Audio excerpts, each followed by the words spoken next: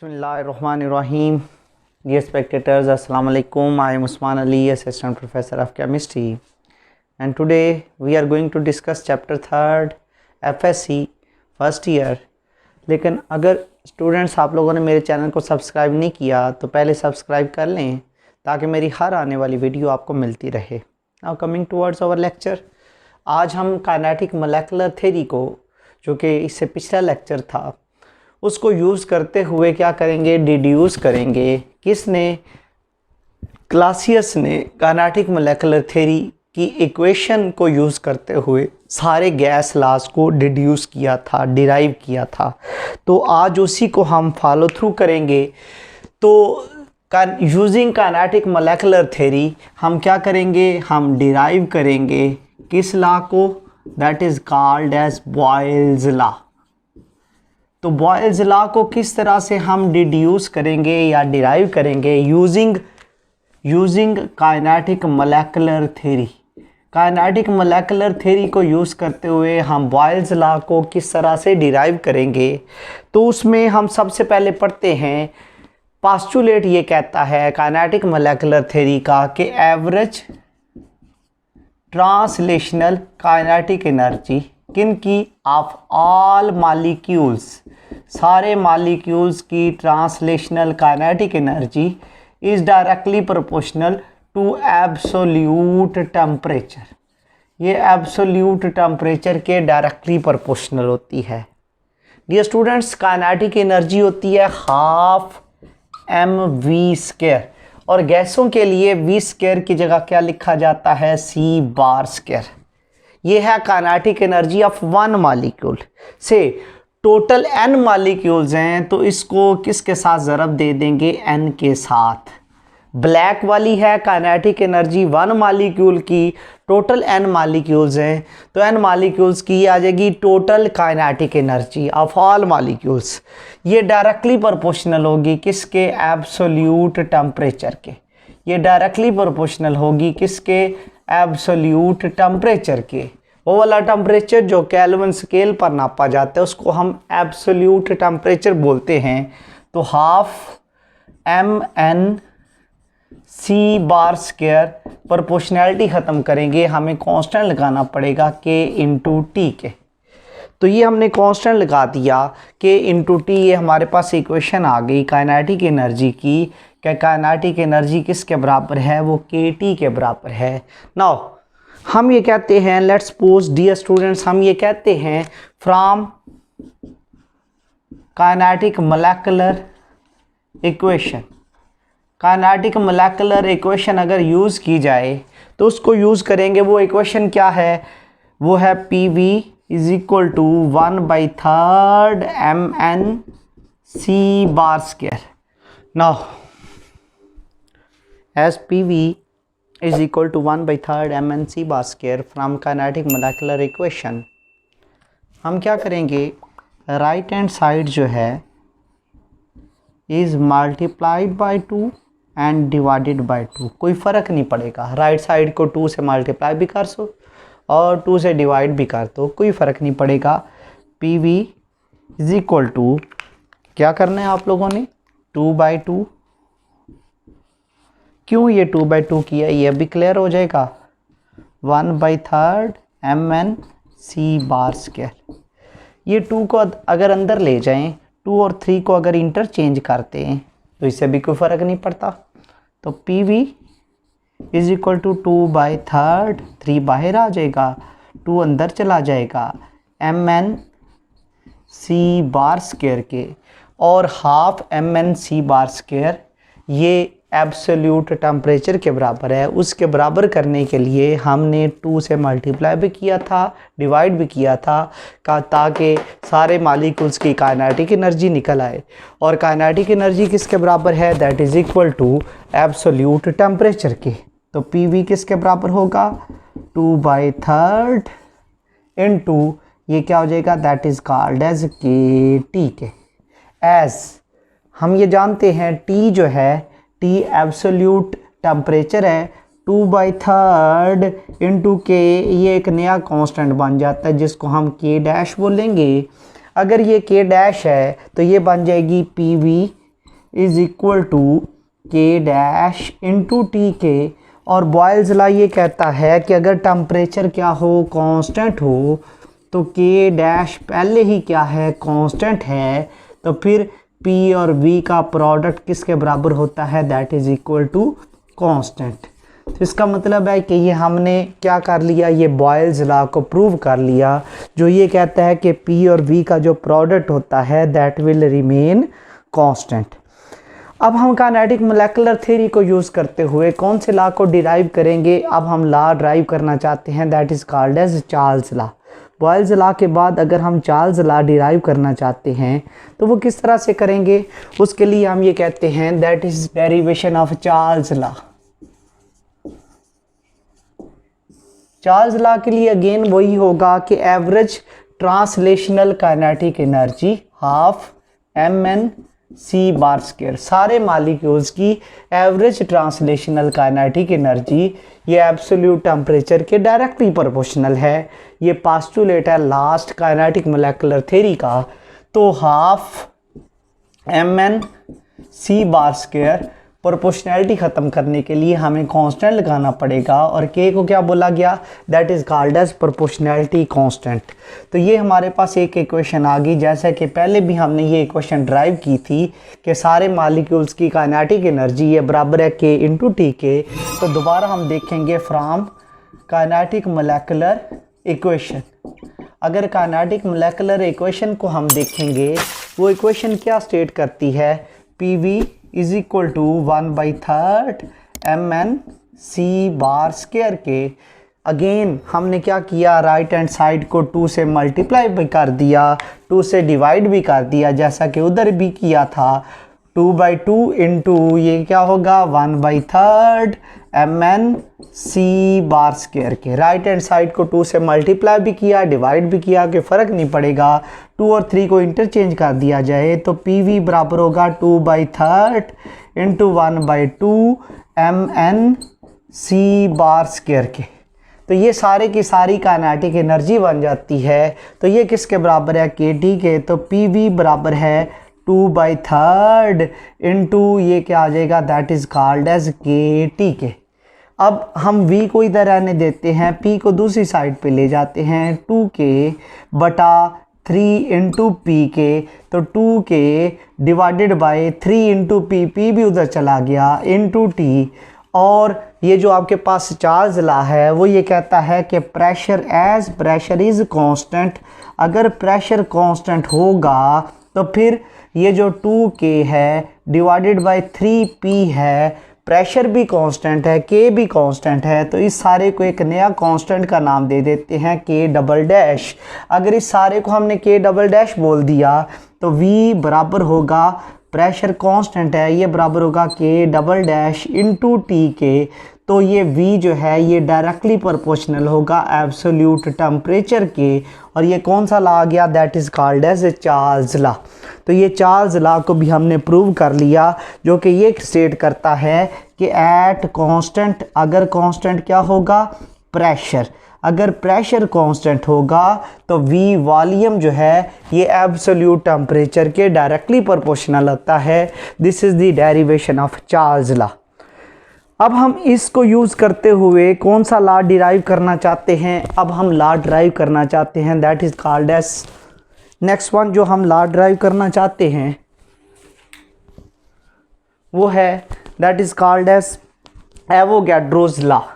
अगर हम Avogadro's law को डिराइव करना चाहते हैं, एवोगैड्रोस लॉ,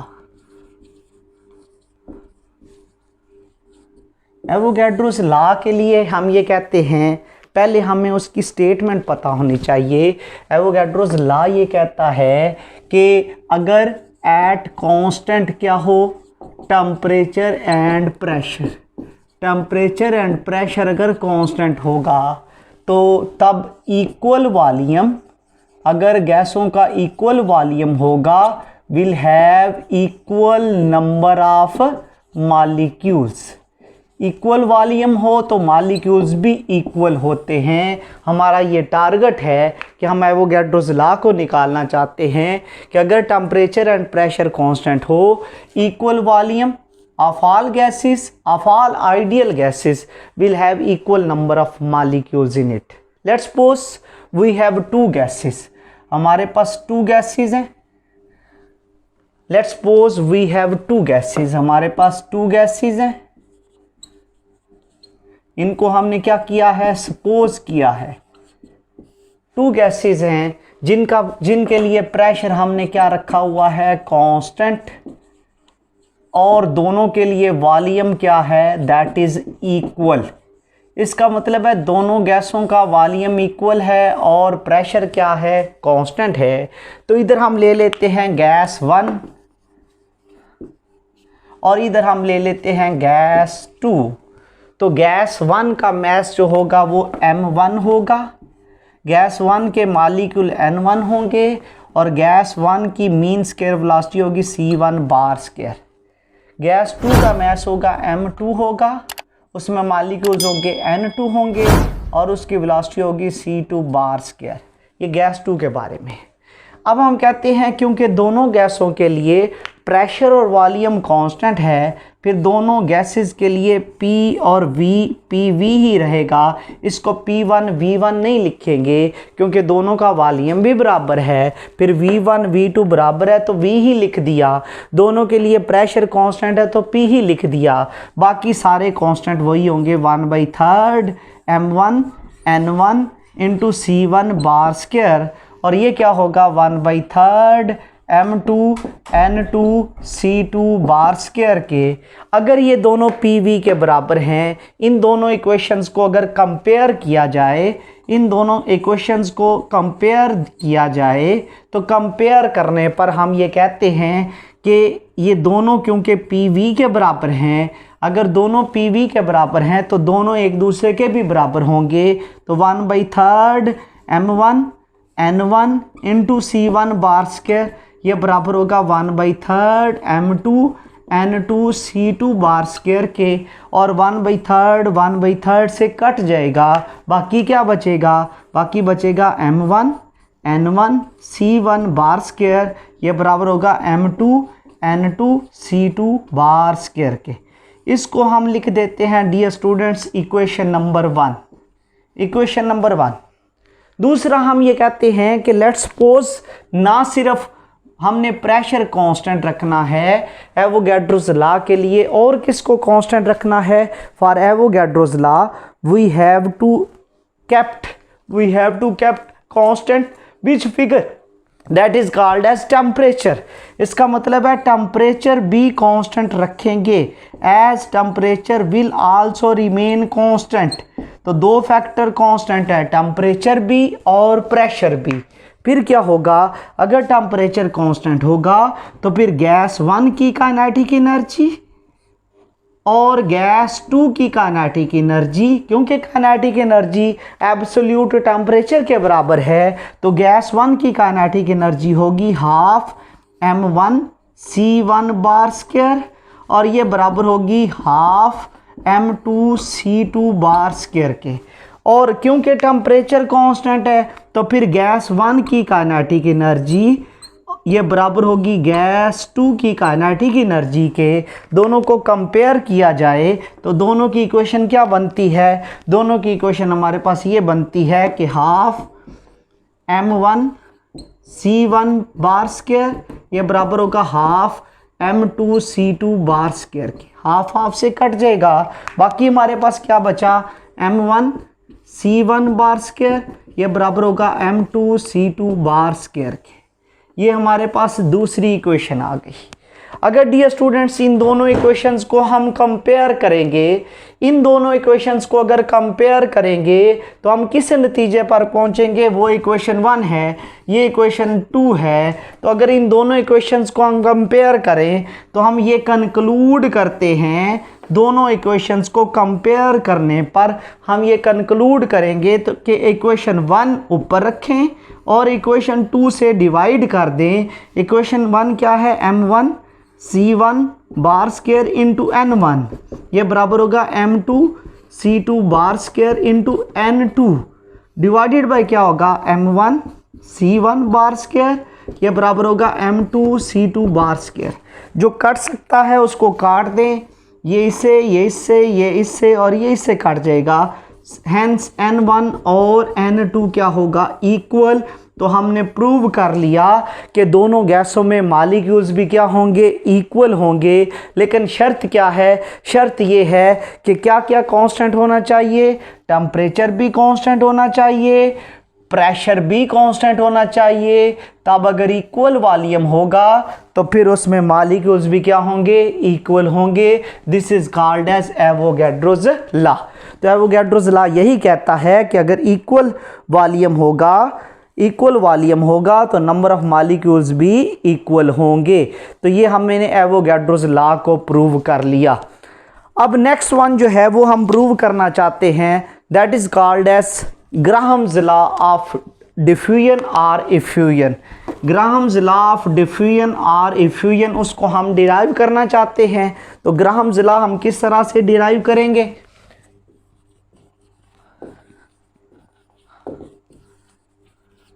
ग्राहम्स लॉ वैसे स्टेट ये करता है, ये सारे लॉ हम किससे ड्राइव कर लें, काइनेटिक मोलेकुलर थ्योरी से, फ्रॉम काइनेटिक मोलेकुलर थ्योरी। तो ग्राहम्स लॉ वैसे क्या स्टेट करता है, वो ये स्टेट करता है रेट ऑफ डिफ्यूजन और effusion of gases is inversely proportional to square root of their densities at constant temperature and pressure. अगर टेम्परेचर और प्रेशर कांस्टेंट होगा तो रेट ऑफ डिफ्यूजन और इफ्यूजन ये इनवर्सली प्रोपोर्शनल होता है to square root of their densities के। हम इसको प्रूव करना चाहते हैं। कैसे प्रूव करेंगे, काइनेटिक मोलेकुलर इक्वेशन को यूज़ करते हुए। और वो इक्वेशन क्या है, वो इक्वेशन है dear students, PV is equal to 1/3 MnC bar square के। इस इक्वेशन को हम यूज़ करेंगे से हम ये कहते हैं हमारे पास टोटल मॉलिक्यूल्स जो हैं वो से नंबर ऑफ मोल्स हैं किसी भी गैस के 1 मोल हैं। और अगर 1 मोल होंगे आइडियल गैस के तो उसमें मॉलिक्यूल्स किसके बराबर होंगे, एवोगैड्रो नंबर के बराबर। अगर number of moles ideal gas के 1 होंगे तो मॉलिक्यूल्स कितने होंगे, एवोगैड्रो नंबर के बराबर। तो ये हो जाएगी PV is equal to 1/3 MnA for 1 mole. अगर नंबर ऑफ मोल 1 होंगे आइडियल गैस के तो n की जगह क्या आ जाएगा, Na आ जाएगा इंटू C बार स्क्वायर। और ये जो m है ये Na से एवोगैड्रो नंबर से जब ज़रब खाता है ये बराबर होता है मोलर मैस ऑफ गैस के। तो फिर हम ये कहते हैं MnA मोलर मैस बन जाता है। तो PV बराबर होगा 1/3 ये molar mass into C bar square, ये दोनों मिलकर क्या बना देते हैं, मोलर मैस। तो ये A था, ये दोनों मिलकर मोलर मैस बना देते हैं।